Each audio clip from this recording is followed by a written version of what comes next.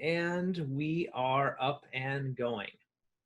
Now, Jayme Gunderson of Mind Body Connection. How the heck are you today? I'm great. How are you? I'm doing excellent. I'm glad to finally get to catch up with you. Like we were saying before I hit the record button here, it's been like 8 years since I've seen or talked to you, because you and I went to massage school together, and then obviously we spent that year of time, and after that kind of everybody just kind of went their own separate direction.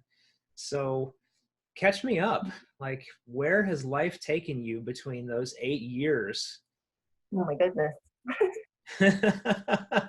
Well, well, right after massage school, I went to Massage Envy for a few months and worked there, which Okay.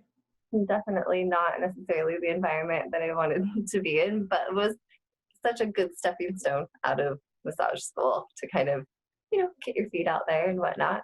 And then like I was only there for like 3 or 4 months, and we decided to move up to Payson, just kind of on a whim. Let's go up there and take a month off and look around and see what we can find. And I stumbled across a local salon, and they had a help wanted sign in the window. So I walked in and gave them my information, and they were looking for a massage therapist and basically hired me on the spot as a private contractor to rent space, and kind of starting out as commission and building my clientele, and really, I guess, figuring out the direction that I was going in the industry, because massage is such a broad field that you can take it in any direction that you want to. So it was kind of, I don't know, I guess I would say over the last 7 years of being in that space was a lot of that sifting and sorting through what was available, what worked, what didn't work,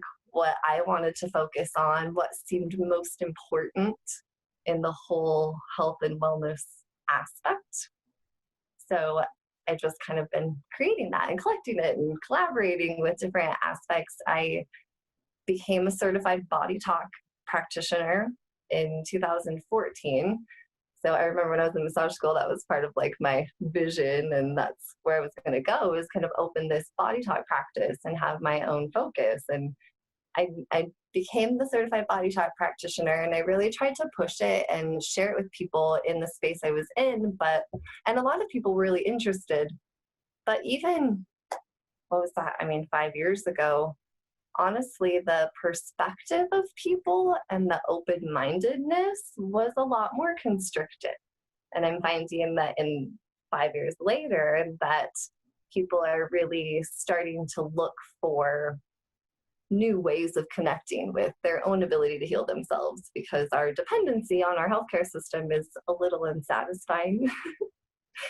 So sorting all of that out, and I did the Bodytalk practitioner, and then I studied with another program out of Brooklyn called Universal Health Principles, which was a spin-off kind of the Bodytalk system, same kind of principles, but new perspectives coming together. And I learned a lot there about what direction I wanted to go and what perspectives, again, were very important to me. And so in the last month, the last 2 weeks, I have shifted my practice out of the salon atmosphere into a new atmosphere that's oriented on the healthcare, oriented on healthcare practitioners. So it's only treatment rooms, and there's 4 of us here kind of bringing together like-minded people. And my dream, really kind of this vision I've had for the last, 3 or 4 years, is bringing together like-minded people who have this awareness or who have these skills and abilities that don't really have anywhere to share them, or don't have a place to go to find them either.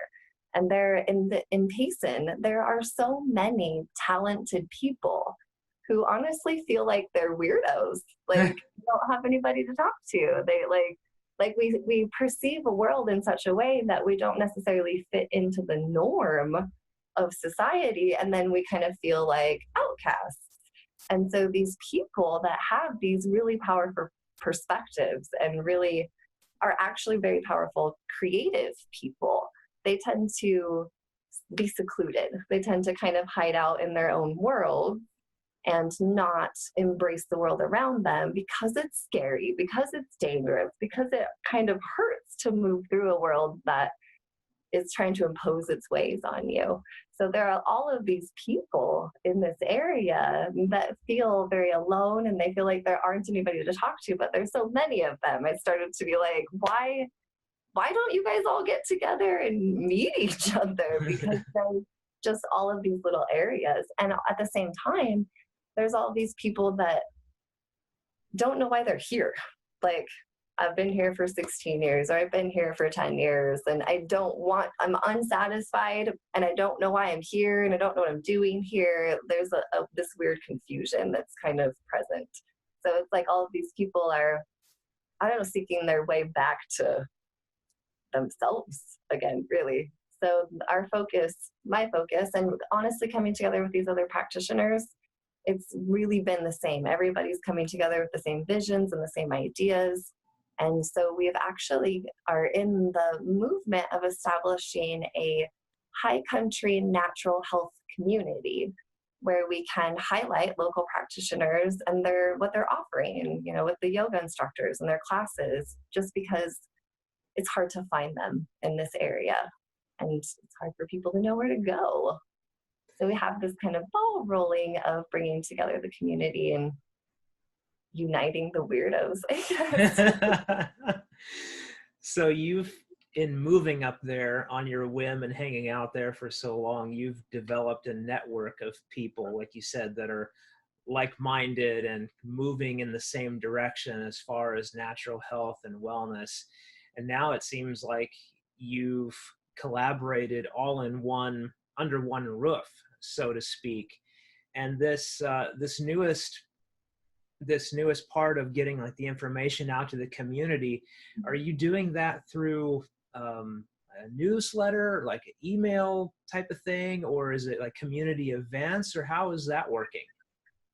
Well, it's honestly so like brand new in its process, but definitely focusing more on getting that kind of information, the email newsletters, and getting that information out to people that way.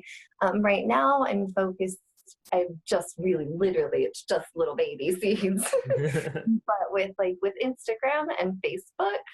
So the area up here really responds to Facebook communities and Facebook group and Facebook events and things like that.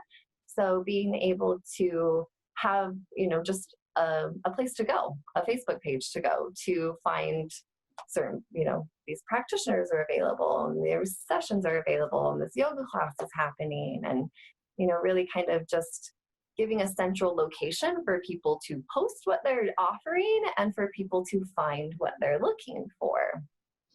I see. Yeah, that's very good business principle. Be able to use what the community already uses in order to proliferate local businesses, other like-minded individuals, and what they're practicing and preaching. Very nice. Very nice. So going back a little bit to your Bodytalk, like the where you went directly after school, it sounded like when you entered school, you already had that in mind as far as like the next level of training that you wanted to achieve. Am I understanding that right? I guess a little bit. The weird thing is that my mom is a horse trainer, and she took the Bodytalk system. So there's all of these different modules, and they have an animal talk section within the Bodytalk course, and you have to take like the first 4 modules and then you get that. So my mom went through the first part of the Bodytalk system in order to be able to use those tools with her horses, with her horse training aspects. And so she was introduced to it before I knew anything about it. And I was, I don't know, in my early 20s, and I honestly at that point thought she was a little crazy and didn't know what she was doing with all of this information and like the tapping and she was definitely, doing things that I didn't recognize. They weren't familiar to me. And so I went my own way. At that point, I traveled with a motorcycle thrill show and went and experienced all kinds of interesting contrast and came back to it And so when I went to massage school, I had kind of that seed or that knowing, that understanding. And going through massage school, I had experienced my own weird symptoms, pains, and emotions that didn't make any sense. I couldn't make sense of them. And, even being in school with highly trained practitioners that are teaching us these things, they couldn't make sense of them for me either. And so it got to a point where I had to figure it out. I had to make sense of it. It was almost debilitating to actually like go to work and be basically probably under a buttload of stress. Yeah. Like coming out the road and we bought a bus and drove from Arkansas to Arizona. I went to school working a full-time job. Like my processing system was probably just so overloaded. I didn't know what the hell to do with all of this information. But we're not told those things. We're not given those tools. We don't understand that relationship to ourselves. So we just produce these symptoms, these like massive indicators that we've lost our own senses and we don't really know where to turn. Like at that point, I was having pain in my neck, I was having teeth pain, and I was crying like uncontrollably. Like my whole family had just died, but nothing had happened in my life to cause that result. So it was super confusing. And where do you go for that? Do I go to the dentist? They're probably not going to help me completely with all of this. Right. So my mom at that point told me to look for a body talk instructor, a body talk practitioner in my area, because that's what she knew. And that's kind of where do you go? So I found somebody and going to school, working a full-time job. He was $150 an hour. I'm like, oh my God, how am I going to do that? But I was again at that point of, I don't know where to go. So I went there. And it was a life-changing experience. It really, really was. It made sense in such a way. It's weird because it doesn't make sense, but it makes sense on like a visceral, you can feel it level. Like things start to click into place where you start to recognize yourself again. You start to feel comfortable again. Like I actually had this moment where a little voice came into my head and said, I'm so happy you're back. I've missed you. Like made me want to cry driving away from a session. And just that realization that, that feeling of coming home. And at that time and going through it, I didn't have as much awareness around what was happening as I do now. That kind of shedding of how we impose the way we should be and the way the world should be, instead of allowing it to express what it already is, and experiencing that expression is completely different. And so this, in my experience with all of that, and finding that kind of sense of relief, that sense of connection, and Body Talk was all about reestablishing communication between the cells and the systems and the networks of the body, and that your body can heal itself, that it has the resources to do so, and that something is enabling it from doing that. There's something in the way that is not allowing that life force to flow in the way that it should, the way that it knows it can, the way that it honestly would if we weren't imposing something on it, if we weren't standing in the way saying, no, you can't go this way, you have to go this way. So kind of, releasing those blocks, sort of say. But I've come to a position in the way that I work that it's more about integrating and allowing new perspectives, more information, and kind of that expansion of including more rather than getting rid of things that don't fit. It's more of an integrating those things under a new perspective, so that what's already there makes more sense. So going back to your, how did I come into this in massage school? That kind of all just was planted at that moment, and it made so much sense at that moment. So, and that was in the middle of my massage experience like that. I remember having to do that and learn those things while I was still in massage school. And so that really kind of shifted my focus and my awareness that there was something else going on under these symptoms that could be understood in a much deeper way. So kind of went from there. Yeah, and I remember I remember during school, every once in a while, you and I would have little brief conversations before class, after class, because you and I both had a propensity for energy and energy work, and that's one of the things we connected on. And I do remember, you having a tough time sometimes going through there, and there was that shift, and we started talking about the body. I want to say body work, but I know that's not what it is. Body talk. We started talking about that, and how powerful it was, and the light behind your eyes now after experiencing it. So that is very cool. I'm very happy that you found that, and have continued it. And you said you've added another practice or another paradigm to go along with that. What was that you were telling? The universal health something? Universal health principles. Yeah, Yes. yeah, that was kind of, there was a woman that she was a really big influence on my perspectives and how I worked with the world and saw the world and all of those kinds of things. And I did lots of different programs with her and worked very closely with her. And then she was offering, and it was in a time where I was very frustrated with the place that I was in my career and where I was focusing and the level of work that I was doing. There was a lot more that wanted to come through me than I was allowing myself to express, really. And it caused me to be really frustrated. And I started to resent the work I was doing. And so I knew that I had to find another outlet, I had to find another focus. And so this universal health principles is a system that Lawrence Franklin created.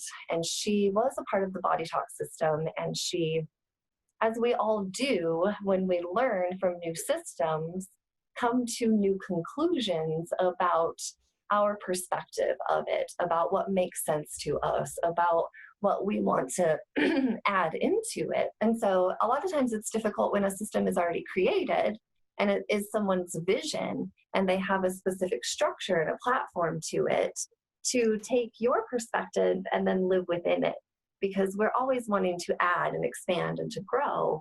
And so sometimes, when that happens, you have to move out of that system and find your own expression. And she had a lot of different influences in her life.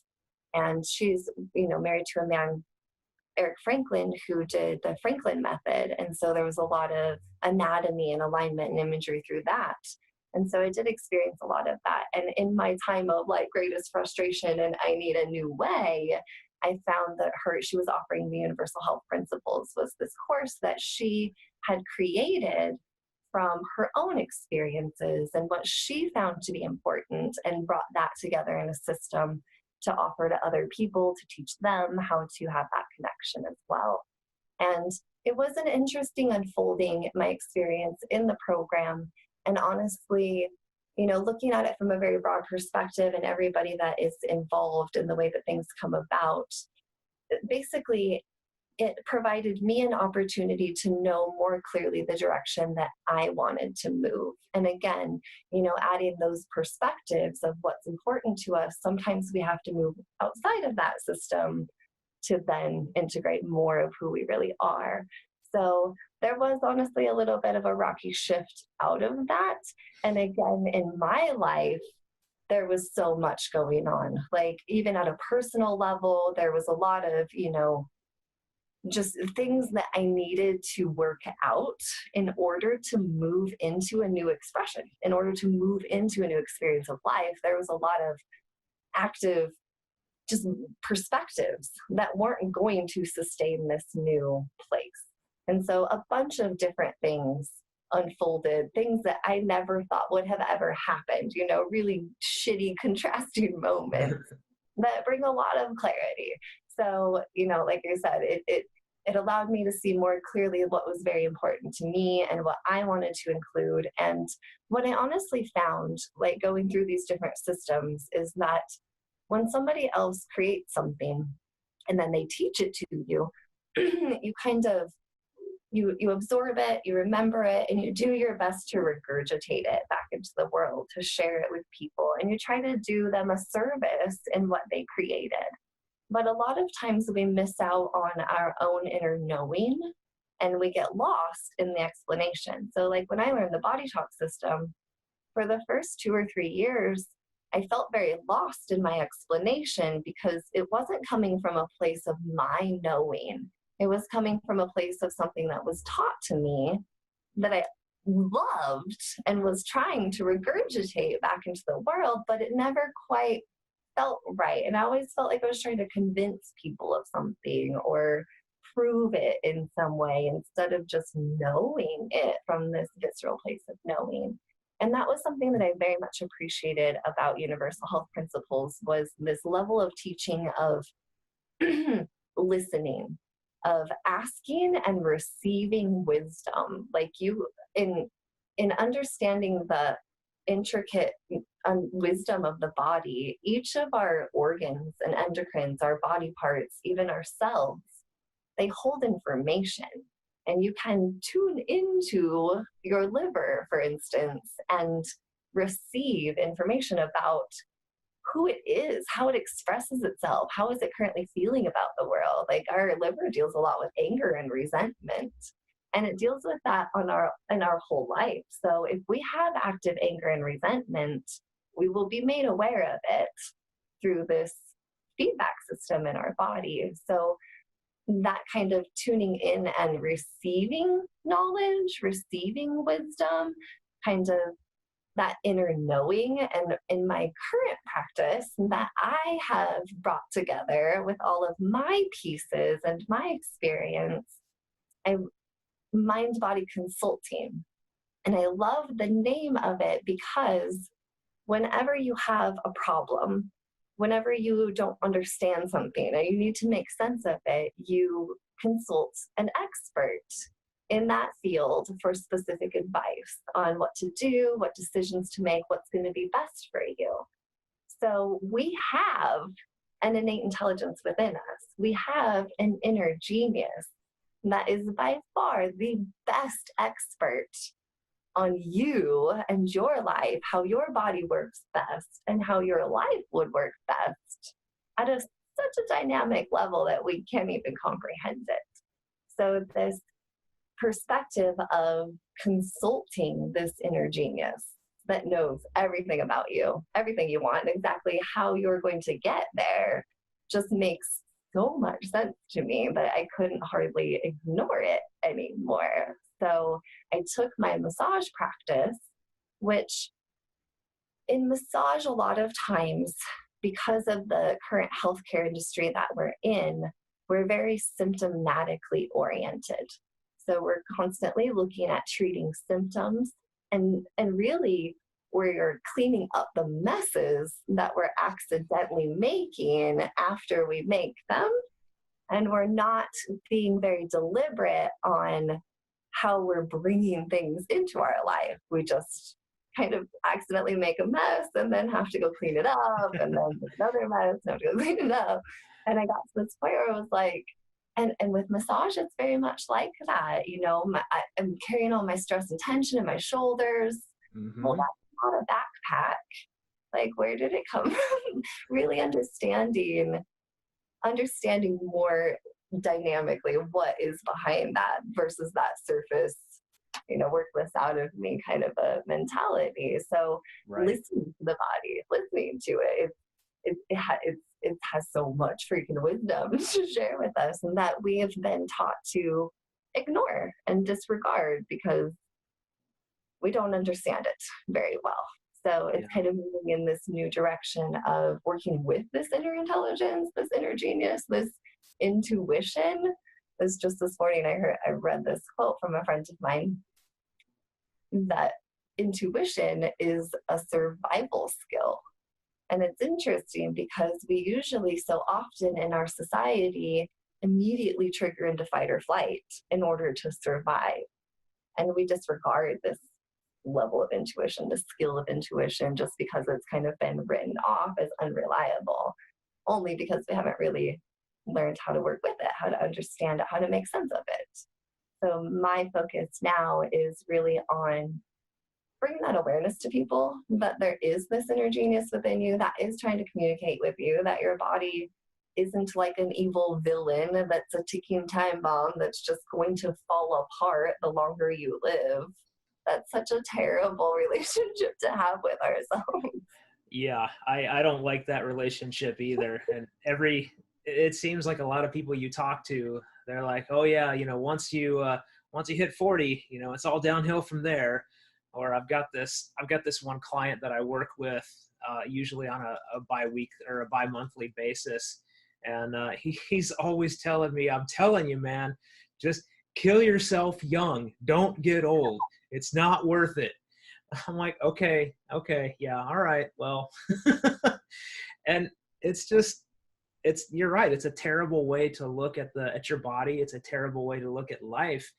And the older that I get and the more experience that I gather, from being in the massage field, from working with people, and even, working on myself, just sitting here listening to you describe being more in tune with yourself and that inner genius, and the journey that people go through to figure out why, their neck and shoulders hurt, or why their body aches all the time.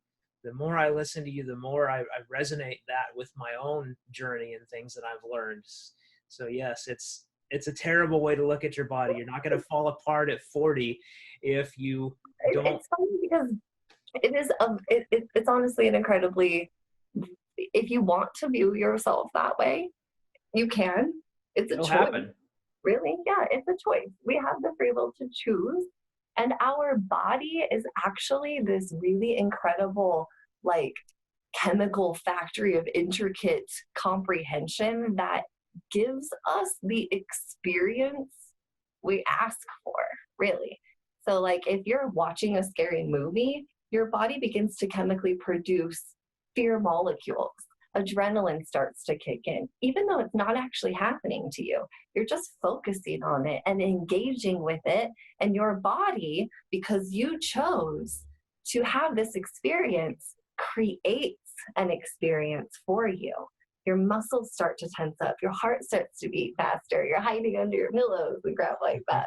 And it's just because you decided to experience it. And that's completely fine. I mean, it's not a terrible thing to watch scary movies, but understanding that our body gives us the experience of a lifetime of what we're asking it to give us. And that we just really haven't been all that deliberate about asking for an experience that we prefer. As a matter of fact, we spend lots of our time in our society asking in a way of focusing on things we don't prefer, on things we don't want to be active in our life. We spend a lot of our time and energy and resources pushing against things that we don't want to be in the world around us, which, when you start to understand the way energy moves, the way, vibrations interact with each other, it's a pretty counterproductive exercise to push against ourselves in such a way. And when we start to realize that we can at any moment push against ourselves or work for ourselves, you can start to feel what's happening. You can start to feel what focus is currently bringing you in what direction. And physiologically in our bodies respond to, even if we imagine things. So I remember when I was taking the Bodytalk system, I would give presentations, and there was this whole spiel about the Olympic team that they hooked up to all of these electrical whatever readers and had them imagine their downhill ski run. And they noticed that their brain fired the same way and that their muscles responded the same way as if they were actually doing it. So, yeah. And we know, like we've heard of this before. So that goes to show that when you begin to focus in a specific direction, your body immediately begins to show up for you in that direction. So if you're in a position where, I have no idea what's going to happen next week, next month, next year, whatever, but I can imagine it. I can imagine terrible things happening. I can imagine wonderful things happening. Right now, I have no idea what's happening. But when my mind begins to take me down a path of things I don't prefer to happen, I don't want this to happen. I can't even come up with any specific details, but like, basically, like, I don't want to run out of resources. I don't want to lose all of my money. I don't want to get diseases. I don't want to be sick. Like, that's kind of where our mind is trained to go. It's trained to push against these terrible things. And so when we begin to mentally move in that direction, that's a dangerous road. That's a fearful road. So I had a client where it came to this point of imagining like two splits in a trail, and one, like in a forest, one's very clear and open. The path is, there's like butterflies and birds and the sun shining, and this path over here is dark and like thorny, and there's trees in the way. And if you're going down that path, it's going to be a hell of a lot harder and take a lot more work than that path. Right. And so that kind of, if you choose to go down this path of things I do not prefer to show up in my life, even in my own imagination, your body is going to physically prepare itself to go down a trail full of thorns and sticks and trees and terror. Like, so your shoulders protect you from danger. They keep you safe. So they immediately climb up to your ears, they wrap around. That's like where most people live. Right. Because my mind is taking me down a really scary path. So here we go. Your body's like, okay, if that's the direction you want to go, this is how we need to show up to support that choice. And if you do choose to go down this other path that is more in alliance with what you prefer, you'll feel it. It feels so much easier. It feels so much lighter. And your body prepares you for that. It relaxes. Your shoulders go back because you're confidently moving in a direction that resonates with you. Your body responds to that on a very visceral level. You can feel it emotionally. You can hear it in your thoughts, and you can feel it in your body. And that's when you start to actually receive that insight, that inner genius, that perspective of go talk to that person, or don't talk to that person, or sleep in this morning, or whatever it is.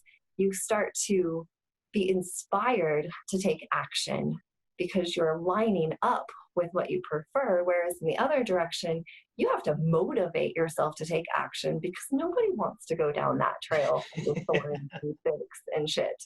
But we kind of come from this world that teaches us in order to get where you want to go, you have to sacrifice and work hard. But that's a very honestly physically oriented world that was absent of this energetic leverage, of this really this powerful tool of guidance that helps us more clearly discern what actions are going to get us in that place where everything can change. And at an individual level, when we start to line up with our preferences, it's funny, I was just talking about that this morning. A lot of times it can make us feel selfish. It can make us feel like we're doing something wrong, or that we're, not taking care of the things around us. But when you really look at what you prefer the people around you to be happy. You prefer to provide for them. You prefer not things for yourself as much as you do the world around you. Whenever you see somebody suffering, you want them to have relief. When you see the sad commercials on TV with the poor puppies and children, you want them to feel better. Right. That is part of your preference. So the more that you line up with your own individual preference, the more that you're lining up with that in a really big way. So even people that are caretakers that have been trained to sacrifice themselves for the betterment of others are unfortunately doing us all a great disservice because that their power comes from lining up with them and their preference. And once, there's all of those sayings coming around too, you can't help people unless you help yourself first, or like you have to fill your own cup up first, right. There's a lot of first. Right. There's a lot of platitudes that come along with this line of thinking and perspective that you're talking about, but platitudes be damned, they're still correct. Like, it's just for practicality's sake, like those puppy commercials that you see on TV, help the ASPCA save these dogs. And I'm personally a dog person. It just rips my heart out to see those poor dogs Right. suffering, right? It's terrible. And of course I want to help them. But if I'm, like you were saying, if I'm sitting there fighting my own journey, trying to scrap and save money, whatever, I'm just fighting that direction. I'm not developing myself so I can eventually earn more money and save those puppies. So yes, platitudes be damned. Take care of yourself first, then give to the world. Yeah. And interestingly enough, if you put yourself in a place of sadness and like that heart-wrenching, horrible, like fear and worry, and then you take action from that place, you're essentially bringing more of that into the world. And I understand the position that those particular commercials come from, that kind of marketing aspect, like I'm gonna reach into your heart and wrench it out of you so that you will help us. I get it. But also that's coming from a platform of not really understanding the powerful leverage and alignment. If you can watch those commercials and line up with your preference and then send them money, you would be doing a hell of a lot more good for the world than kind of taking any action from a place of that separation from your own inner knowing, from that leverage point. My favorite analogy is this whole vacuuming the floor analogy. So if you want to vacuum your floor and you get out the vacuum and you push it all over and you make all the lines and you go through all the action and all the work, but you never plugged it in to the electricity, you didn't accomplish anything. You did everything you were supposed to do. You took all the action steps you were supposed to take, but you weren't actually plugged into the energy that gets the job done, that builds the momentum, that creates the experience you're looking for. So kind of that, being sure that we are, leveraging that. If you want to, it's a lot of fun. If you do, kind of plugging into the energy, the electricity that brings the action that you're taking to a whole nother place of leverage. Right. Otherwise, just doing the action and there's still crap on the floor. Right. But hopefully it's not dog crap on the floor.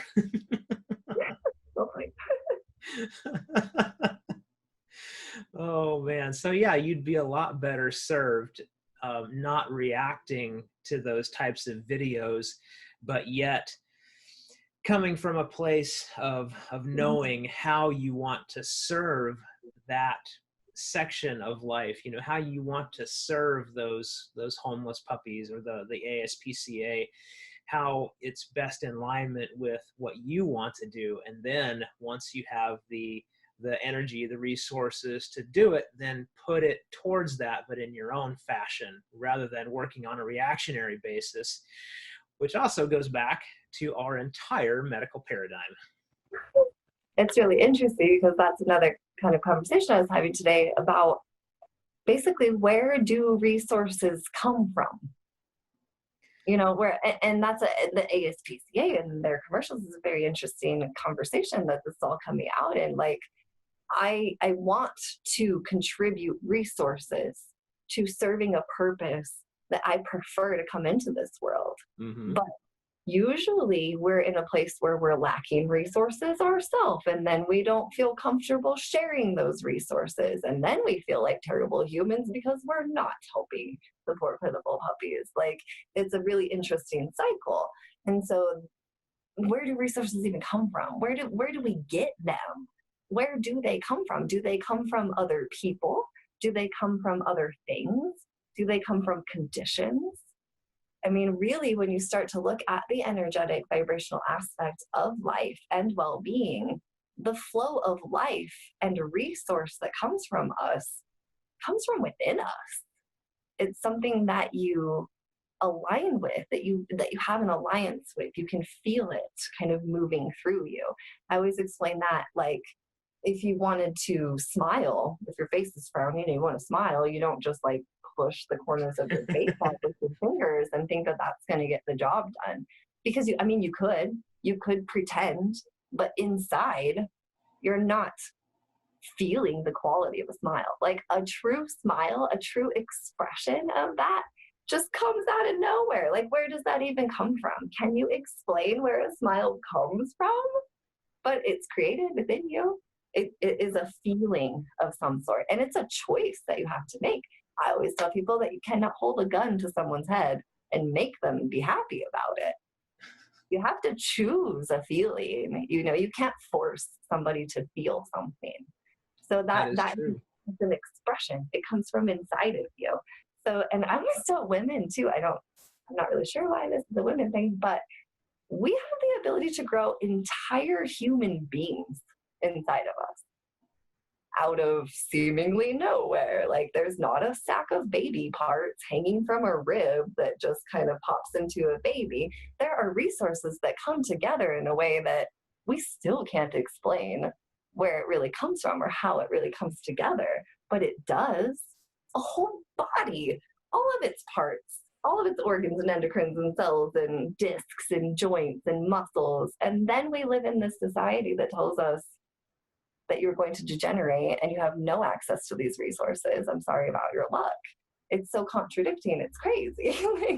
And the way that our body heals itself, the way that nature is abundant in resources, our current imposition that resources come from somewhere outside of us and that there aren't enough to go around is really one of the main sources of suffering and struggle in the world. So that question, where do resources actually come from? And I was having that conversation today. Like, I want to be able to provide a life. I want to be able to make a living.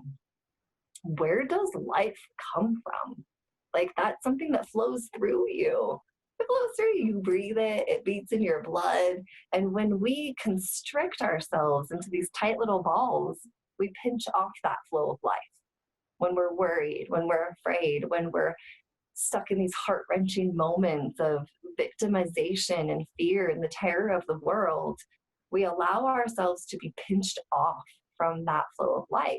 And that's usually when we find ourselves struggling and suffering. That's usually when we don't have enough money, or we don't have enough health, we don't have enough friends, we don't have enough something when we're in that position. And so when we start to kind of understand that that's where it comes from, and that when you start to open yourself up to this flow of life where you're physically feeling it, you're mentally feeling it, you're emotionally feeling it, where your neurological system has actually created connections to allow your very unique expression of life, the way that it wants to flow through you, then we start to be in a place to realize those resources. Life literally begins to flow through you in a way that it never could before. And it starts to bring in opportunities. It starts to bring in insights. It starts to allow you to express yourself in a way that attracts other things and people and abundance and resources. Yes. So it's a way of connecting to it and allowing it to express itself in really an unimposed upon way, in an unsuppressed way. And really when you start to look at the way that people are living and the experiences that they're having, physically and mentally, emotionally, these pains and depression and anxieties and stress and just really a debilitating lifestyle, it's literally hard to move through life. It is difficult to move through life. But if you look at it in a different way, it is difficult for life to move through you. And you're feeling that resistance. You're feeling like if you took a hose and you kinked it off and then shoved a powerful force of water through it, it's going to put a lot of pressure and tension on this one area. And so a lot of times we try to push more life. But if we can just unkink the hose, make new connections, the powerful life that you already have flowing through you will now be focused in a direction that serves you, not in a direction that enables you and holds you back. So a lot of times when we're in a position of having pain, physical pain, aches and pains and, the fibromyalgias and oh my goodness, all of these crazy diagnoses that don't make any sense, that come out of nowhere, that we can't cure. It Mhm. really, if you think about it, imagine a powerful force of life trying to move through a system that can't sustain it. It's like Yep. trying to use a BlackBerry for the level of information and technology that's available right now. It wouldn't work and it wouldn't make any sense, and it would be incredibly frustrating to try and operate at that level.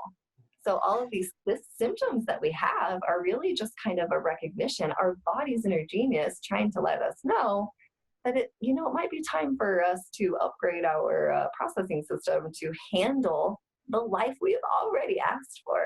So that means it's already there. That means your resources are already there. And all you have to do is figure out how to be in alliance with them, be in a position to realize them, learn how to make sense of them, and really honestly stop looking for them in places that they aren't, Yep. in other people, in other things, in other conditions. Absolutely. I was working on, I've had this client for quite some time, and she recently changed jobs.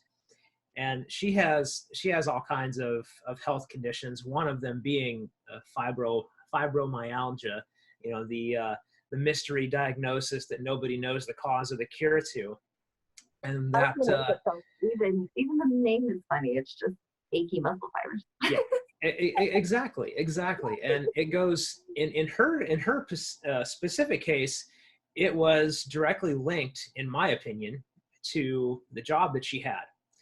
She would always come in and vent about her job, how much she didn't like it, yada yada yada. And there were certain areas on her body where I could not put anywhere near the amount of pressure that was needed to release the muscle tissue because it was just too painful. Well, recently she switched jobs, and within 2 weeks of doing that switch, the pain in her body overall has significantly decreased. And she even made the comment during one of our sessions, like, I think maybe the reason I'm more tolerant of pressure these days is because I switched jobs and I'm feeling better about where I work. And I'm just standing there thinking, you think? Such an amazing realization. Like, Right? that's huge. That's huge. And it's crazy that people are allowed to go through their life believing that these symptoms are present for no reason, for no good reason, just because sometimes your body sucks and it's okay.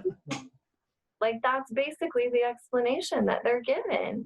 Sorry about your luck. Looks like it's all downhill from here. Like, that's what Right. they're saying. But and for someone to have that experience, to move from one place to another and to notice that their symptoms shifted, unfortunately, and that's just like, it gives me chills. It's so exciting. But it proves that your physical condition is not just a physical problem. Like, that pain, that very real physical pain, was being caused by a physiological focus. I mean, she wasn't like at a job where she was working really, really hard and like severe physical labor, which would cause that amount of physical pain. No, And no, it was more of a desk job type situation, and she did have to drive to people's houses and things like that, but there was no intense physical labor. yeah, It there was wasn't a physical action that would equate that level of physical pain. right. So then where does that come from? And that kind of understanding that we can actually experience great degrees of physical pain without a physical cause. So that means there's another cause. There's that physiological cause. And like we were saying, basically, she had a super strong desire to be somewhere else, and also an active resistance to allowing that to happen. And those two things trying to exist in her body at the same time creates a lot of pain. and tension and resistance. It's like two powerful life forces trying to pull in two different directions. Of course, that's going to be painful. It's going to cause discord. It's going to wear you out. It's going to be exhausting. Right. So when those things stop fighting each other and come together, that relief comes. That constant agitation and pulling against itself isn't there anymore. And the body can settle into itself and you feel relief. The interesting part is that a lot of times we kind of look to conditions to give us that. I need to change my job. I need to leave my relationship. I need to whatever it is. But at the same time, just knowing that, and that's something that I've had to kind of work with people too, is that you're never going to live without contrast, like ever, for the rest of your life. You will never be without contrast. And it's a super beautiful thing because without contrast, you cannot expand. You cannot know where to go from there. You can't have more clarity. And, we need contrast. We need it. So it's that kind of learning how to navigate the contrast, learning how to move through the contrast, learning how to use the feedback indicators we have to help us guide ourselves. So when we're in that position of just feeling terrible, of anger or frustration or fears and doubts and worries of pain and tension, I always tell people that these symptoms of discomfort are really just our inner genius telling us that there's a new perspective available that we haven't realized yet. So whenever you move into a new place or you desire something and then you finally get it, oh, I feel so much better. Yay, I got it. So you kind of move into that place of alignment. I realized what I was asking for and it feels amazing. And then you spend some time there and then you start to sort out, oh, I like this. I don't like that. I wish I had more of this. I wish I had less of that. And those preferences build together a new desire that moves in a new direction. And if you don't go with it, you feel the split of that expansion. You feel that you have moved on from where you currently are. And I would love for us to come to a place where we can be excited about feeling shitty. Like, I'm feeling some really shitty contrast right now, but I know what that means. And I was just saying that earlier today. I trust 100% in this process because I know what's happening to me and I know why it's happening to me. I know that I'm feeling this discord because I have called more life through me that I'm used to housing, that I'm comfortable with expressing. And I'm finding a way to express that more easily, to harness that life force more effectively, to upgrade my processing systems, to allow that to be present. Because contrast, like I said, will always be present and it will always cause you to ask for more, which means it will always cause you to summon more resources to you and through you. If you allow them, you get to enjoy them. If you don't allow them, it feels really shitty. And you can't stop asking. You can't stop unless it even, well, that's a whole nother topic, but as long as you're living, you can't stop asking. Mm-hmm. So you're constantly causing more life to flow through you. So basically, we only have a couple of options: to move with it and allow it to express itself more fully, or to fight it until we die. And then we allow it to express itself more fully. Either way, you're creating this kind of expansion. Basically, you either get to enjoy it as it happens, or you deny it until you die. And I personally prefer to enjoy it as it happens. Absolutely. Very much so. That's another thing that I really like to impart on people too, is that it is a choice. It is a choice. You can choose to perceive your world in one way or the other, and you will experience it in one way or the other. It's a choice. So, yeah, in thinking about moving into a new direction and letting more life flow through you and building this new practice and adventure, how do people start working with you? What does that process look like? Well, I have a couple of different ways that I work with people. I work with people in person here at our clinic in Payson.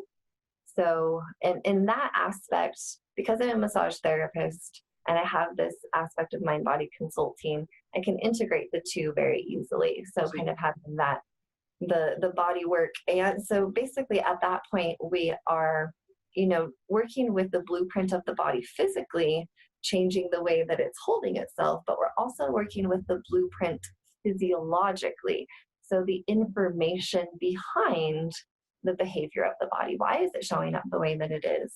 What kind of active connections are asking my body to behave this way, and what can be brought into awareness that will allow it to behave in a new way.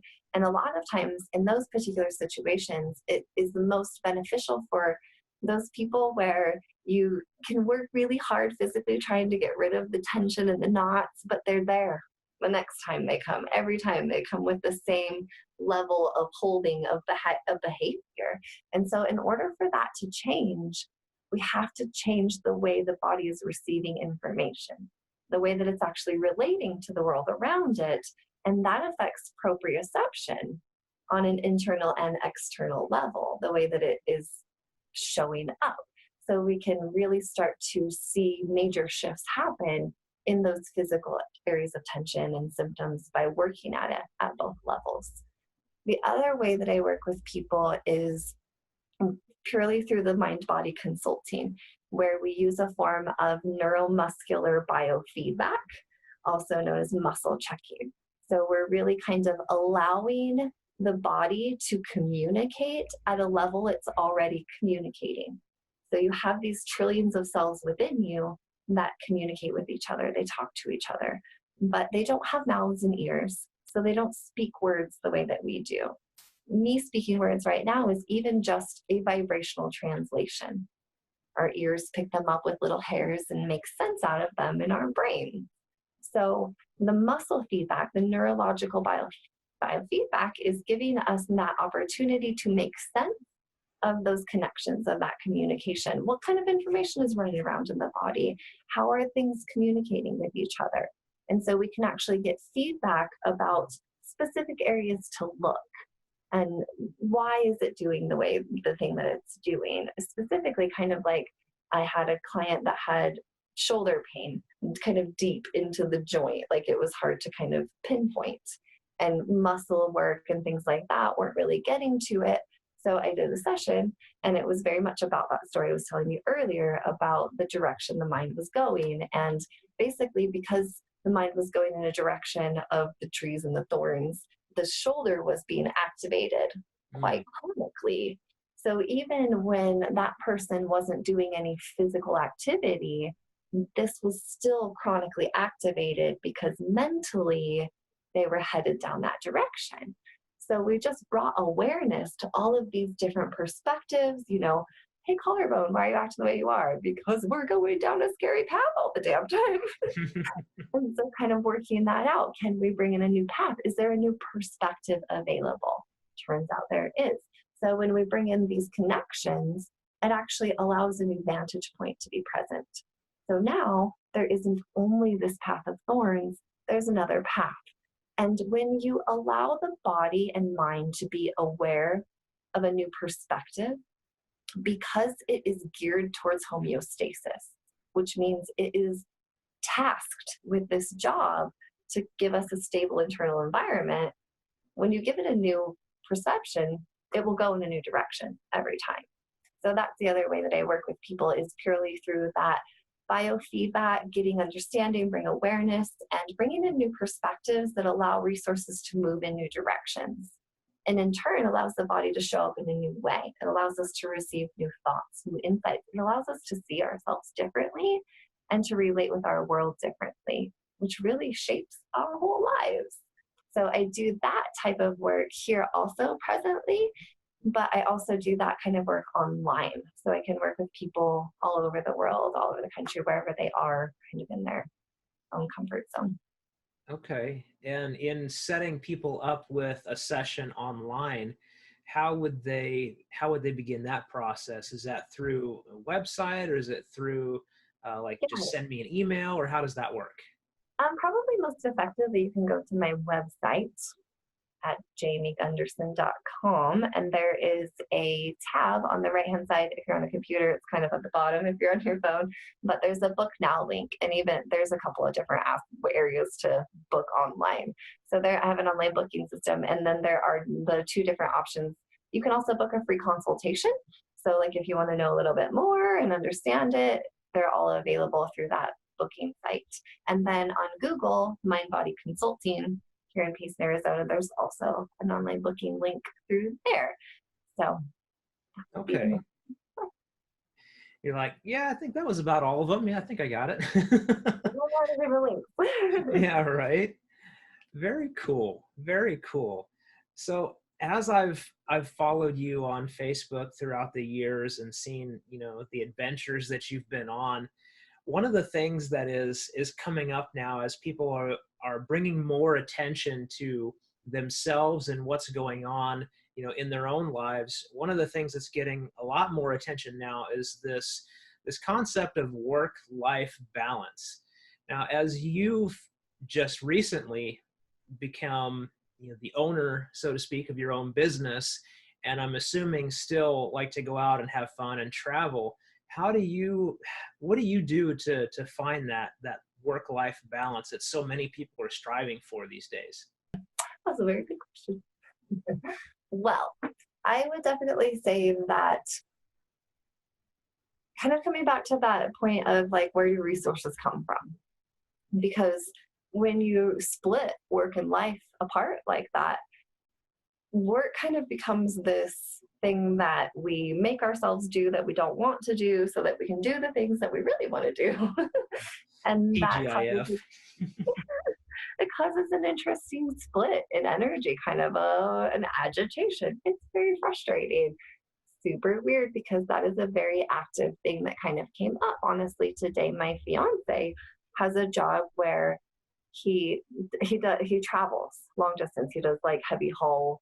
He has a pilot car business, so he has to help escort these heavy haul equipment, long distances. So he was going to be taking a load to Colorado, which would make him be gone for our ribbon cutting event tomorrow.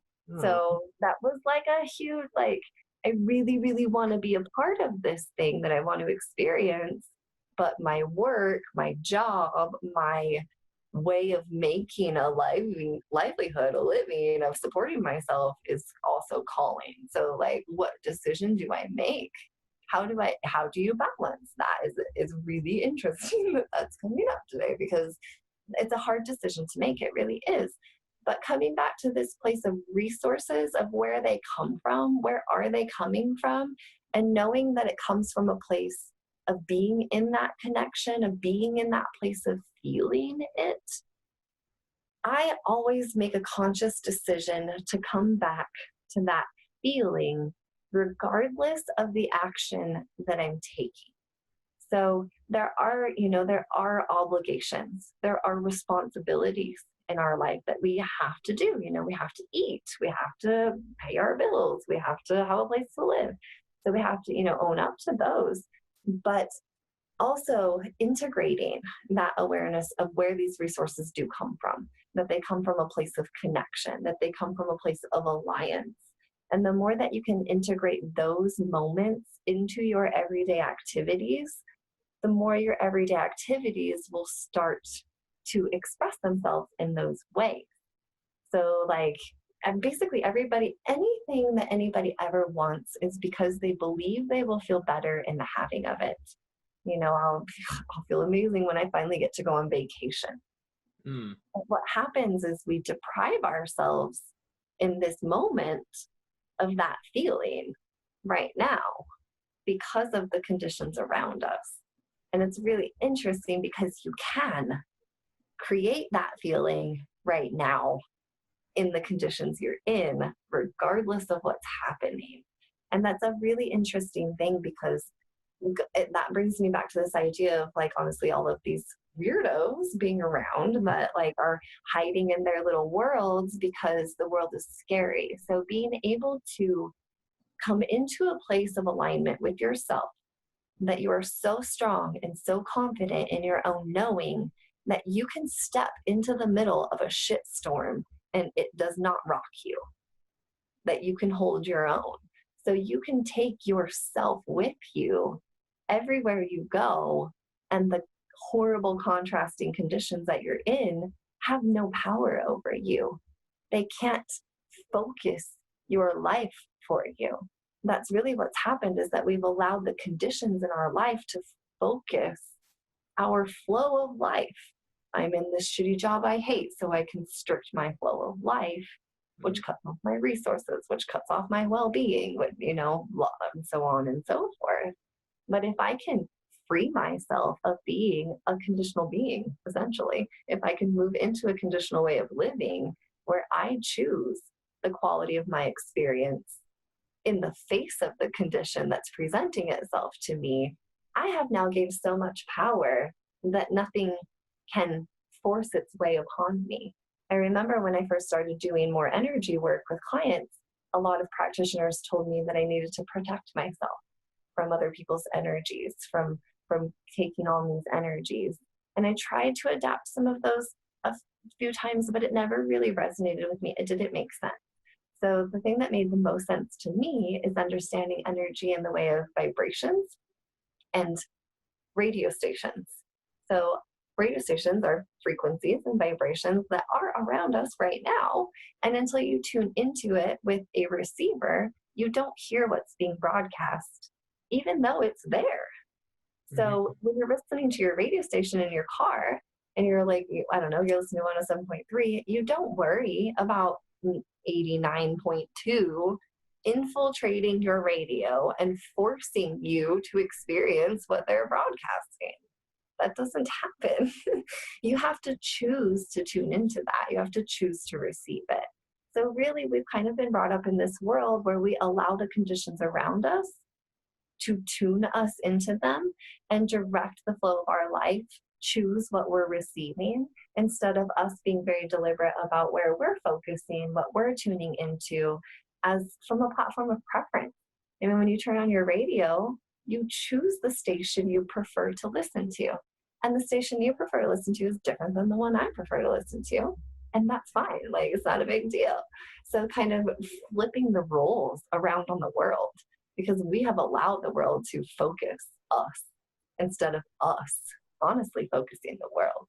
And it reminds me of when I was in massage school and I was working at this place that the man who ran it was terrible. He was an awful person. And the fact that he was really, really angry. He was angry most of the time, frustrated. He had this very powerful, explosive type of an energy where there were points he would throw his keyboard against the wall and it broke into hundreds of pieces. He would scream and cuss at people on the phone. Like, I worked in that environment, which kind of brings back some understanding of why I was experiencing so much symptom. But what I did in that, and that was like the point that I started coming across this information, coming across these ideas. So what I did in that situation, I knew that I was going to quit that job at Christmas time when I graduated from school. And so in July, I started playing Christmas music and cutting out paper snowflakes and hanging them in my cubicle. I started celebrating Christmas before it was even there. And what happened, crazily enough, is that they ended up firing me in like October, and I got unemployment for the next 3 months. So I didn't have to work there anymore, and I could go to school and I could shift my life. So I was in a really stressful environment, a terrible job I didn't want to be at. And what I chose to do was deliberately focus on where I did want to be in a very energetic way, in a way of, it feels like Christmas in my cubicle, and I don't care what that man does around me, because he can't shake me and what I have chosen to be in alliance with. And when you, and again, it's like a GPS location. You know, if I want to drive to San Francisco, I put in those coordinates and it feeds me back step-by-step direction. It doesn't tell me the whole list of shit. I don't want to know the whole list because I'll forget it. But I do want to know turn left, turn right, stop, well, whatever it is. So same thing, if my coordinates are the excitement of Christmas and being out of this situation and into a new situation, if I can feel the presence of that right now, it's going to move here much faster. I'm going to get there much more quickly. I'm going to know exactly where to go, exactly when to turn. But if I tune into, this destination of, I don't want to be here, I don't like it here, it's terrible, I don't know what to do, I'm not giving myself any coordinates to move to. And I very much use this analogy with my clients. If I'm sitting in this chair and I want to be in the other room, all I do is think about being in the other room, and my body gets up and takes me there. The massive amount of coordination between muscle fibers and cellular activity to walk into the next room is so comprehensive, you can't even hardly understand it. But it happens very easily, and it happens just because I could know I can do it. So in the same, if we're, in a place of life where we don't want to be and we want to move into a new place of life, we have to focus on that destination versus focusing on where we are. If I sit in this chair and all I think about is, this chair is terrible and I hate this chair and I don't want to be in this chair and I don't know how to get out of this chair, I won't go anywhere. Not because I can't, but because I haven't asked for the resources to move. I've asked for the resources to be miserable in the chair. That is absolutely correct. One of the things that I've found and started practicing recently is the process of asking. Strangely enough, it got started from a Facebook post, a video I saw of Steve Harvey. And he was talking about making a list of 300 things that you want to show up in your life. And at the beginning of every day, at the end of every night, you read that list. And he said, I'll bet you money, if you do this religiously, and within a year of time, at least 30 things will be checked off that list. And I started doing that. And it's been probably 2 months now. And I think I've got about 5 things checked off that list just because I started asking. Right. Just because you started focusing in that direction and looking for them to show up. Mm-hmm. And that's the crazy thing, is that we're so focused on looking for things that are not showing up. What is not in my life right now? What do I not have right now? Yeah. We're very much oriented in that way. And it was an accident, honestly, because really we're kind of the product of generations of the blind leading the blind. Like, we just didn't have very good focusing skills, and we're just getting better at that, understanding that is a very important part of leveraging life, being deliberate about that. So in thinking about leveraging and leveling yourself up, have you worked with, or are you working with anybody that you would consider a mentor?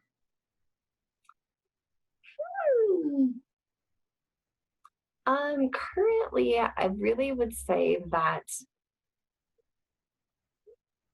just in the shift of my business and the way that I have moved into this new environment with these new practitioners and having a new perspectives, kind of new focus, a new mindset, is really kind of I would say, the mentorship experience that I am in right now. All of the people it's really amazing how this has all come together, really, because like earlier this year, I can even remember I started wanting to create this health community, this place where people could come together and do all of these things. And to cut a long story short, so many cooperative components have come together in such a non-resistant way to create this, that it's really almost mind-blowing how everybody is very forward thinking, very supportive, very, oriented in this aspect of growth, of really kind of, believing in our own value and our own focus and showing up in the world in a way that we know we can. Just the other day, one of the guys that so Michael Nova opened this place earlier this year, and so it's all kind of been falling together. But one of the things he said to me, he's like, "Thanks for doing a lot of stuff around here, and because we've just been shifting a lot of things." And I said, "Thank you for letting me express myself." Of course, and that's really kind of the thing that we're all looking for, is that that ability, that space to express ourselves. So, I mean, currently, there are people that I definitely always turn to as far as like online kind of resources.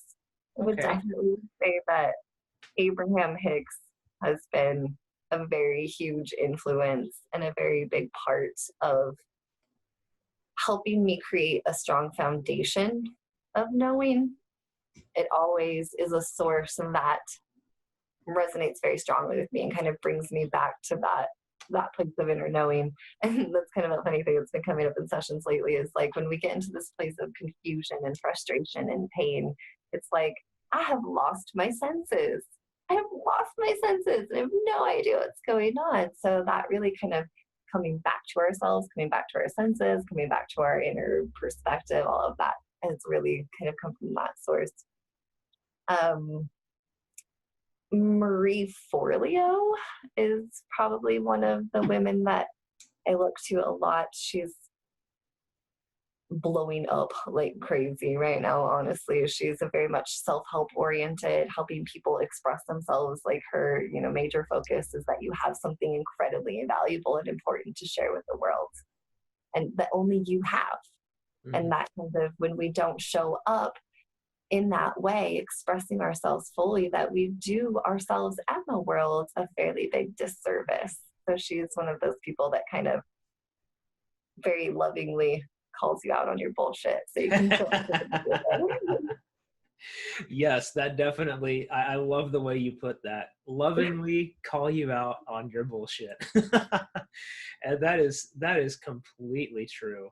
Because we're all different. We all have gifts and things that we are supposed to do and supposed to share. And sometimes it can be scary to put that forth into the world. But one of the things that on my recent development journey, a quote that was rampant through our community is, "I feel the fear, but I do it anyway."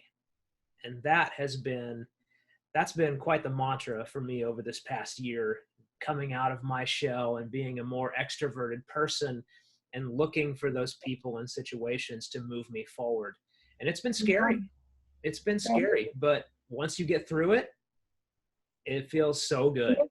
There's always it's always a fun one to me, because like understanding emotions and like what is fear and where does it come from, like what is it, what is it? It's crazy to me when I start to think about those things. But my understanding, like fear and excitement are very, very similar. They're Like closely I always related. imagine standing at the edge of a cliff, like if you're going to go cliff jumping and jump into the water, like that fear and excitement of forcing yourself over the edge, like they're very similar. You could go one way or the other pretty easily. And so my understanding of the difference between the two is that when you have a powerful force of energy flowing through you, like a really strong desire that wants to come into the world, and you're filtering it through the perspective of unwanted things. You're looking at what you don't want to happen, what you're afraid of happening, what you're worried about happening. It takes that powerful life force and it makes it feel like fear. And when you focus it in the direction of what you do want, of what you want to express, like making a list of things I'm asking for, that takes this powerful energy and redirects its focus. And the feedback of that focus is excitement. So energy just wants to move. It wants to express itself. The same thing with sadness and joy. It's the same energy according to Chinese medicine. It's just that one is not moving, it's stagnant, and one is moving and expressing itself. So when a powerful life force gets stuck and suppressed and imposed upon, it represents itself to us in the form of sadness. That's how we know that there's a current suppression happening, that I'm currently focusing against myself. Right. And so when I start to focus for myself, when I start to work for myself, that energy can move, it can express itself. And now I feel it as joy. the same freaking energy. So you don't have to get rid of things. You're just redirecting the flow of the energy that's already there, which kind of brings me back to that position of like being excited about feeling things like depression or anger or fear, because that is a recognition that there is already a very powerful source of energy there that is looking for a new direction to flow. I think I actually wrote that recently, that fear is an indicator that your inner being wants to move in a new direction, that there is something else available, that there's time to move in a new perspective. So having this new relationship with our symptoms, with these, mental illness and anxiety and stress are literally plaguing our society. Like terribly, people are suffering with these experiences. And so bringing in an entirely new perspective. Einstein said you cannot solve a problem from the same level of thinking in which it was created. And so we're trying to create solutions within the same dimension of which they were created, and we can't find our way out. So if we can come at it from a whole new perspective and see what these indicators really are. So often, I just had a client recently that was like, came in and like, I love you so much for this perspective, because she had this terrible pain in her shoulder, that knot in between your shoulder blade, the one that you can't reach that comes in all the time, that started to show up and be very painful. And that perspective that, first of all, when we experience pain in our current paradigm, we're taught that something's wrong with us. As soon as a pain indicator enters your brain responds as though something's wrong with you. It responds as though you're in danger, and it also believes that you don't have the resources to do anything about it. So instead of going into this healing mode, it goes into fight or flight mode. It protects itself. It like activates the War Department and sends out armed guards because it believes it's in danger. So instead of accessing these resources to bring you back into alignment, to bring you back into balance, we accidentally send in armed troops instead of, humanitarian relief efforts. So really kind of understanding that this pain is not an indicator that something's wrong with me, but it's an indicator that I have summoned more life than I am currently allowing myself to perceive. How can I perceive more life? How can I allow more life? And how do you do that? Like, I'm taking a deep breath is a pretty good way to allow more life to flow through you. Like when you look at the fundamentals of it, taking a deep breath allows a shitload of more life to flow through you. So it's just that kind of recognition that in this moment, am I pinching myself off? Am I focusing against myself? Or am I allowing the life that I've already caused to flow through me? And so my client had that very experience where this pain was coming in, and she started to think that, oh, I'm worrying about things. I'm worrying about how things are not going to turn out a week from now. And we have no idea. Like really, we have no idea how things are going to turn out a week from now. But she was worrying about that and, stressing about it and thinking about how she didn't want things to go. And then, all of this pain. And then that seemingly comes out of nowhere and enters your brain, and now something's wrong with me. So now the momentum behind that resistance is almost out of control by that point. So kind of catching it early, redirecting it. So I've really been trying to impart on my clients,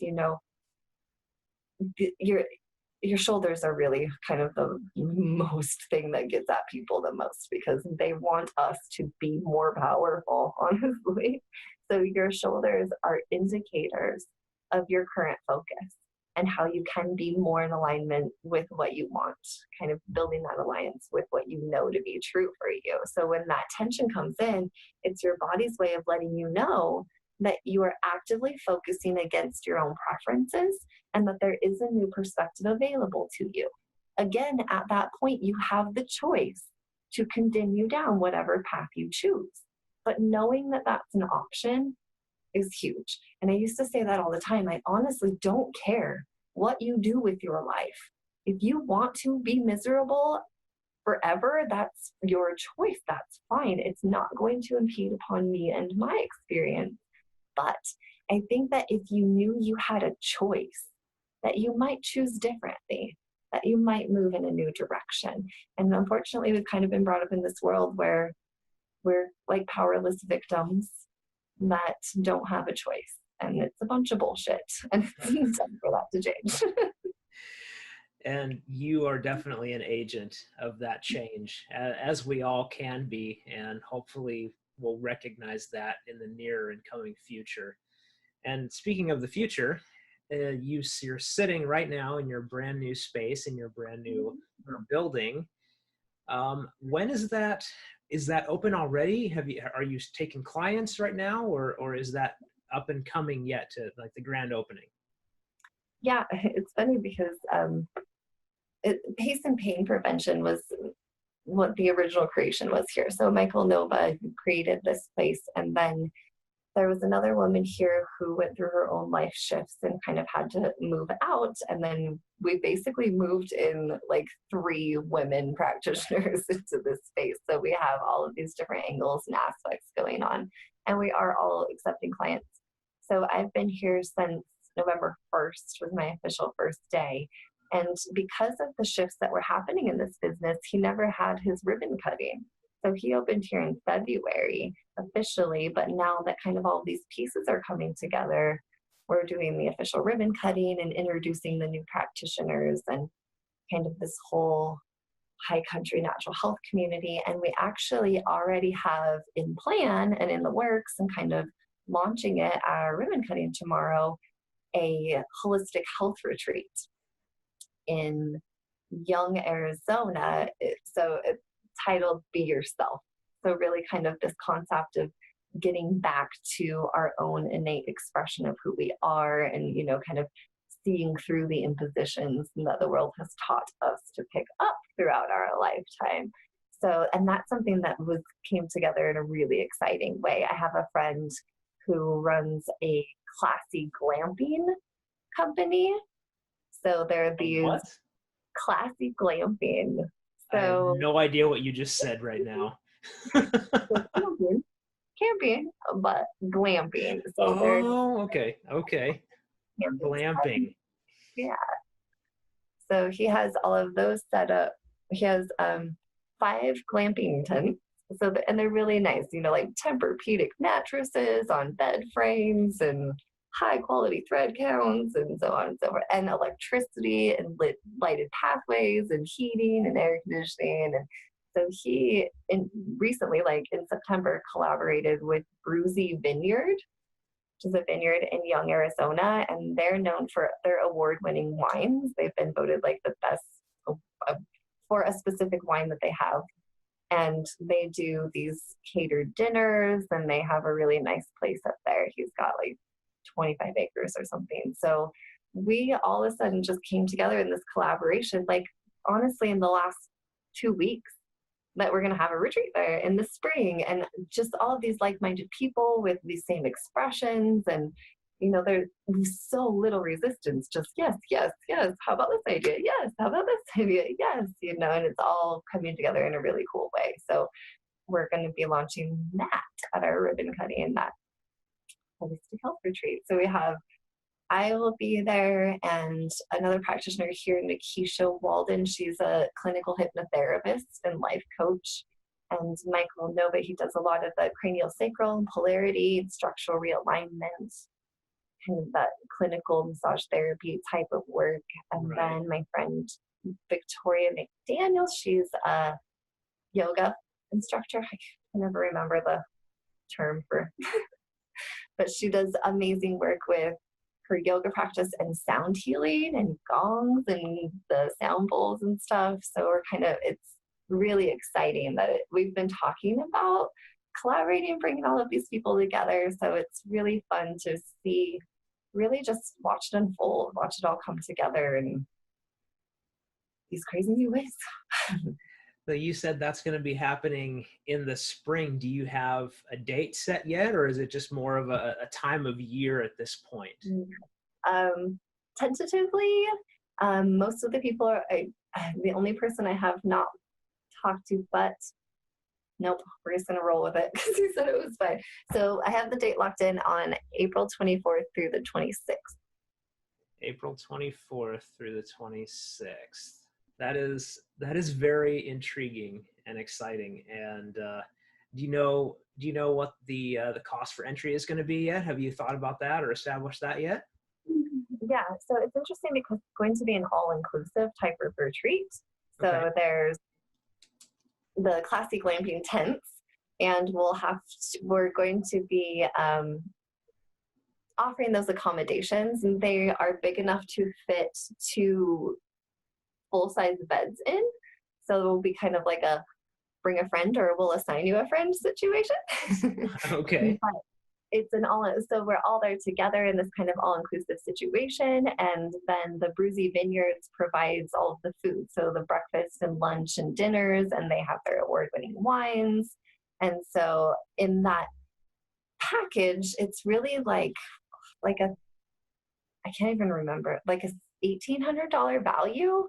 And because of this new collaboration, we're offering it at the early bird special for $7.99 through Valentine's Day, through February 14th. We are also selling raffle tickets at our ribbon cutting through February 14th. So they're $10 a ticket, which could win you a spot at the retreat. Oh, that's a heck of a deal. Absolutely. Nice. Well, that covered where I wanted to go with the next section, which is usually, exciting things coming up. So I'm glad you just naturally flowed into that. Perfect. So I guess. And honestly, just a little bit more about more exciting things coming up. Like currently we're in an area where there's this really awesome event room at the end, and we're all super excited about sharing the work that we do, and we all do such different work, and that we're going to be having workshops in the near future of just kind of helping explain things and expose things and have people experience, sample sessions and things like that. So that will be coming out in the works as well. All right. Excellent. Another way to gain exposure in the community and let people see and feel who you are. That's a great idea. Absolutely. Right. Absolutely. So I guess at this point, I'm just going to open the floor to you. Like if there's anything, like any like overarching point you want to make to anybody that's listening, or things that are on your mind in the general wellness community right now that you'd like to express, feel free to just nail those points home for us. Oh man. Really, I think that the thing that has always stood out to me the most in my personal experience in life, I mean, I've always kind of been somebody who's not necessarily one to do things the way that I'm told to do them. Not because I don't think that you know what you're doing, but because I very much like to find my own way to express myself in my own way. And in my experience within the healthcare world, within, alternative health and holistic health and all of these different aspects, is that there are so many perspectives and there are so many right ways and wrong ways to do things. And people have discovered lots of different paths to get to lots of different places. And I think that that's one of the most confusing things about us each individually trying to find our own way. Where do I turn? Who do I listen to? What diet do I do? What do I eat? What do I not eat? Should I be vegan? Should I not eat gluten? Holy crap. The options, the choices, and how do we know what's right? How do we make the right choice for us? Oftentimes people can be eating completely organically or eating nothing but kale salads, but not actually getting the benefit out of the action they're taking because of the relationship they have to it. They're feeling bad about themselves, so it's a very interesting confusing time, honestly, because we're in this movement of basically shit's not working and we need to find a better way to do it. So where do we go? What do we do? How do we integrate these new sustainable ways of living within the world that we've already created, honestly? So the thing that kind of drives me is that finding our own way, finding your way to health and well-being, because your way is not going to be like anybody else's way. And when we try to fit someone else's perspective on us, we're basically imposing upon ourselves. And we all have an expression of life already. Like, you are already came into this world with your very own expression of life. You don't have to find it. You don't have to make it. You don't have to go get it from somewhere else. It's here already. It's the impositions that we put on ourselves that keep it from being expressed. So my biggest focus and the way that I really want to work with people is tapping you back into your own inner genius, where you can easily and effortlessly express yourself into the world, where you're not having to worry so much about fighting against what's unwanted and protecting ourselves from that, and really integrating this new way of living, of holistic healthcare and well-being. I think that's kind of been the most, in my own kind of journey through this process, it gets really frustrating when a new thing is presented and we feel bad that we're not doing it right, and it puts us in a very untrustworthy relationship with ourselves. So my mission, like my little slogan or whatever for Mind Body Consulting, is that it is my mission to reestablish a healthy relationship of trust and well-being within the mind and the body, so that we can unlock resources in creating a sustainable future for generations to come, so that we can access the resources that we already have available to us. And really, nobody likes to be imposed upon. Nobody likes it when somebody comes into their world and imposes upon them a way they should be in order to be, whatever it is, a good person or healthy or happy or a evolved spiritual being or whatever it is. Mm-hmm. That is very uncomfortable to have things imposed upon us. And so coming back to that core of expression, that freedom of expression, that's all we want, is the freedom to express ourselves and have access to the resources we need to live the life we prefer to live. Like, is that too much to ask for? It is not too much to ask for. And really the people that I kind of love to work with, and the people that are drawn to this kind of work in general, are the people that are weirdos. They feel weird. They feel like that we don't fit in. So really, these kind of people that feel misunderstood, that feel unseen, that feel like people don't get them, that feel like it's difficult to fit into the world. It's difficult to fit into my clothes. It's difficult to fit into social society, norms of social groups of, how do I belong? How do I behave? How do I fit in? We are so overwhelmed with all of that. And it's hard. It's hard to live in a world like that. So kind of that shedding all of that. So, and those people, I just had somebody call me the other day, like, I'm really weird. I don't know if you want to work with me. I'm like, I'm really weird too. Those are the best type of people. Like, we're not intended to fit into a box of righteousness. We're intended to be unique expressions of life. And in thinking about that, I guess the last thing that I would like you to impart to people, to really add some value to everyone that watches this, is what is a technique that takes maybe like 30 seconds, a minute, just something short that people can try that will help them tap into that inner voice that can help lead them down the path where they already know they should go, but there's something that is kinking that hose. Is there any technique that you can kind of give to people to help them along that or start that journey? Yeah.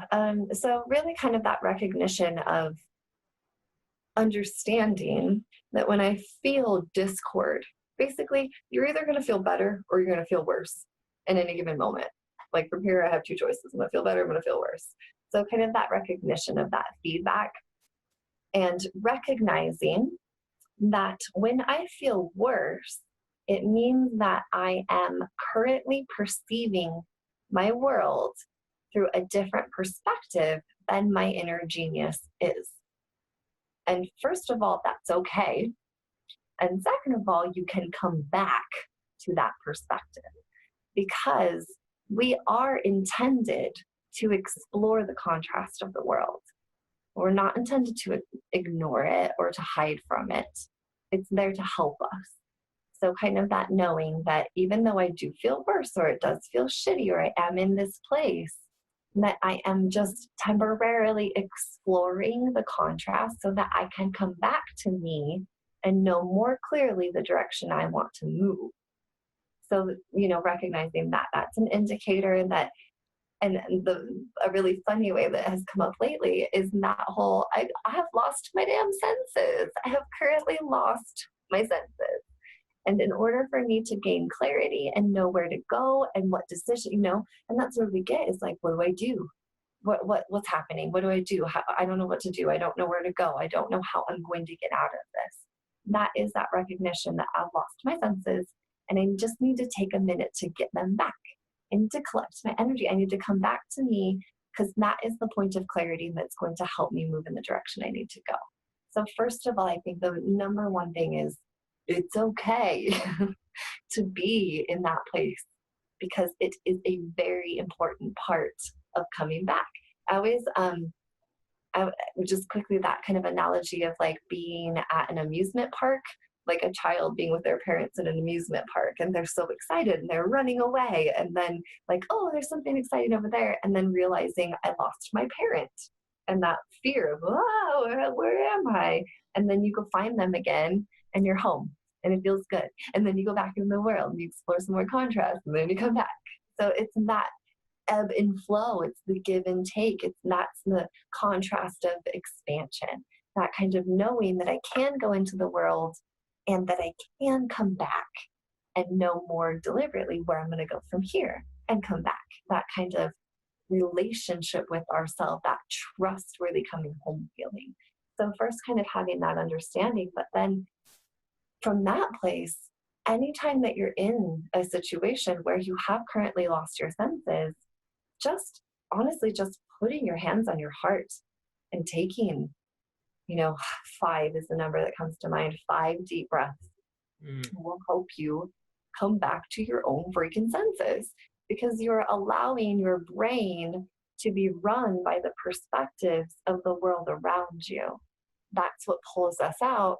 So you just have to pull yourself back in and know that you're going to go again. Like that's just a part of life. You're going to go explore contrast, but you get to come back all the time. You can come back anytime you want to. Knowing that, I think, is a big part of it because if you don't understand that and you don't know that that's the feedback that you're getting and you're just randomly afraid of things and trying to come back to yourself, it doesn't make as much sense and you won't be as willing to do it. But knowing that, understanding that that's part of the process, it makes it a lot easier to, for one, be in the contrast while you're there and to know that you can come back anytime that you want. And that makes us more powerful in our influence of the world. Because again, there's a lot of shit going on in the world. There's a lot of contrast. There's a lot of unwanted things happening right now that people are very strongly pushing against. And can you imagine if individually people came into their own power and then stood in the middle of that shitstorm, unshakable in their own right? It would change the whole world. It absolutely would. So a quick little thing, it's difficult because life is all about momentum. And usually by the time we're in a place where we're not feeling our best, there's already some momentum behind it. And so it does take a little bit of shifting that momentum, like a freight train going 100 miles an hour one way has to slow down and stop before it goes the other way. Mm-hmm. So it's kind of also that recognition of, am I trying to drive with my emergency brake on? If I have my emergency brake on and I push on the gas, it's not going to get me anywhere. I have to first take off the emergency brake and then apply the gas. There's a step to that. So if I'm in a place where, and you can feel it, that kind of fear and tension and resistance, the constriction, it feels like having your emergency brake on while you're trying to drive. And so the best way to go about that would not to be go faster, be to figure out how to release the tension that's preventing the momentum that already wants to take place. But another little tool that I have that I learned from the Bodytalk system is called the cortices technique. And it's one of the techniques that they gave permission to the world to use without having to be certified. So it's one of the techniques that everybody, is that we teach to everybody and encourage them to teach to each other and use on each other. And it's just this brain balancing technique. It helps the brain come back into connection with itself. So because we're basically an electrical system, when we become stressed and overwhelmed, we blow circuits in connections neurologically to protect ourselves from further overwhelm. So this technique helps to reestablish connection and communication. I always tell people it's kind of like if you have 100 screens open on your computer and it's draining resources and all of this chaos is happening, and you close out the screens and reboot the system, you're now operating from a place of clarity where you're going to more easily be able to process new information because it's not being clogged up by old information. So this technique helps to do all of that, to come back into my senses, to reboot my system, to redirect my nervous system from unwanted to wanted, from fight or flight to rest and digest. Mm-hmm. It's usually about a 5-minute kind of a process. And I have a video on my website for that. I listed it as the reset and refocus tapping technique. And there's a video that walks through exactly how to do that. Okay. Excellent. Another great reason for people to visit your website and learn more about what you do, and something that they can use to help themselves recenter and refocus. That's amazing. So speaking of your website, go ahead and let's plug everything one last time here at the end. So where can people find you on the web and on socials? So my website is JaymeGunderson.com, and my unique spelling of Jayme, Jayme. And then I have a Facebook page. It's Jayme K. Gunderson, and I have my Instagram is Mind Body Consulting. But definitely my webpage at JaymeGunderson.com is going to be the easiest hub to get to all of those places. So there's links to all of the social media networks and the online booking and the video, and there's an email subscription. You can subscribe to my email list, and that I'm working more closely on actually creating. My hopes and my goals is to impart new perspectives into the world, because the work that I do brings in new perspectives to old problems, really. And when you change the way you look at things, the things you look at change. So it's always really exciting to me, the new perspectives that come out through this work. The things as simple as how we relate to stress. We think stress is the traffic slow and I can't get my work done by Friday. Like, that's what makes stress. But it really isn't. Like, leading research in neurology has led us to believe that stress is actually our brain's judgment that it doesn't have the resources to handle what's happening to it. And after everything we've talked about, if you're actively focusing against yourself, of course you don't have the resources to handle what's happening to you. There's your stress response there. So really just taking these concepts that we've been blindly misguided to base our reality off of, and rewriting them completely, bringing in a whole new perspective, shining a new light on them is one of the biggest ways to change the way. And really, people are relating to the world in this very dangerous, awful way that the world is terrible and we need to change it. But the more that I work with this type of energy and information, it's becoming clear to me that the world we want is already here. We just don't have the ability to perceive it yet. We can't make sense of it because we haven't caught up with it. Yeah. It's not, I 100% agree with that. not 100% so much agree with about that. changing it or making it better or that there's anything wrong with it at all, but that we need to figure out how to see what's already here. I love that.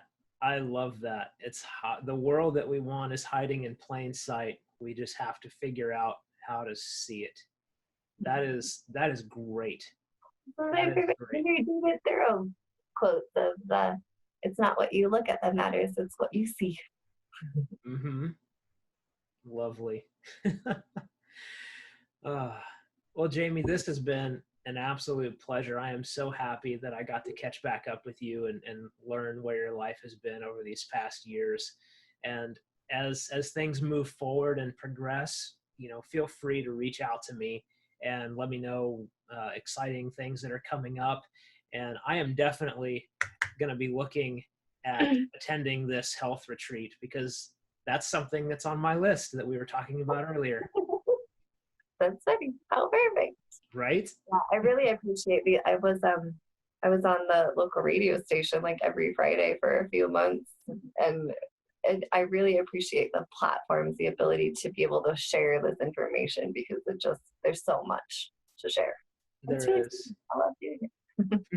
Well, I love having you.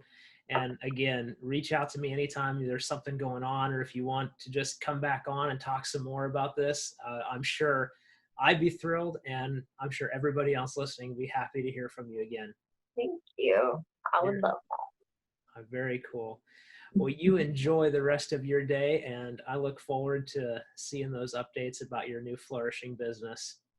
Thank you very much. Absolutely. Take care of yourself, and we'll talk to you soon. Okay. Bye. Bye-bye.